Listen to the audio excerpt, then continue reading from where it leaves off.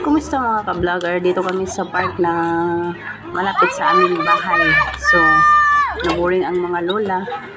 Ayan, naglalakad-lakad at yung kasama ko at aming inay. So, dinala namin si inay dito. So, for the first time na pumayag siyang pumunta kami dito at maglakad-lakad. So, ito yung space. Medyo malaking space dito. Yung mga palaruan na ito. Doon sa kabila, medyo maliit lang. Pero simple lang yun. Dito malawak. So, dito naglalaro ang mga bata at mga matatanda. Nagja-jogging, naglalakad din sila. So, walking distance lang guys. Nasa likod lang ng bahay namin. Walking distance lang talaga. Tapos yun, nagtalon-talon si Inday. May exercise siya. Para medyo mabawas-bawasan yung katabaan.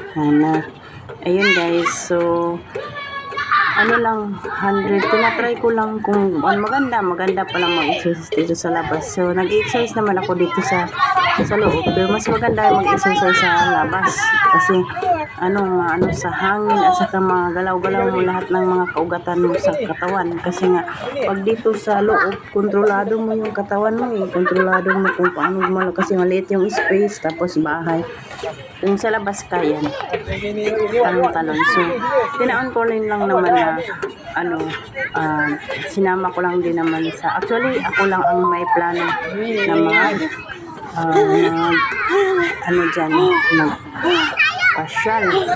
Ako lang may planong magpasyal. Kaso yun, sinama namin, tinatry kong yayakit si inay kung baka gusto niyang maglakad. So, pumayag naman. Kaya, sinamantala ko na rin mag-exercise.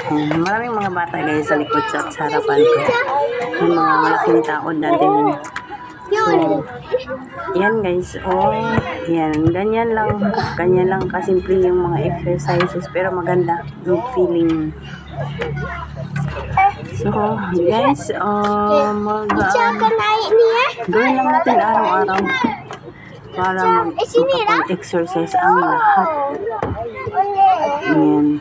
So, araw-araw na kami namasyal dito dito kasama namin si inay. Basta hindi lang umuulan. Walang ulan lang. Ayan, namasyal kami. Nag-exercise kami.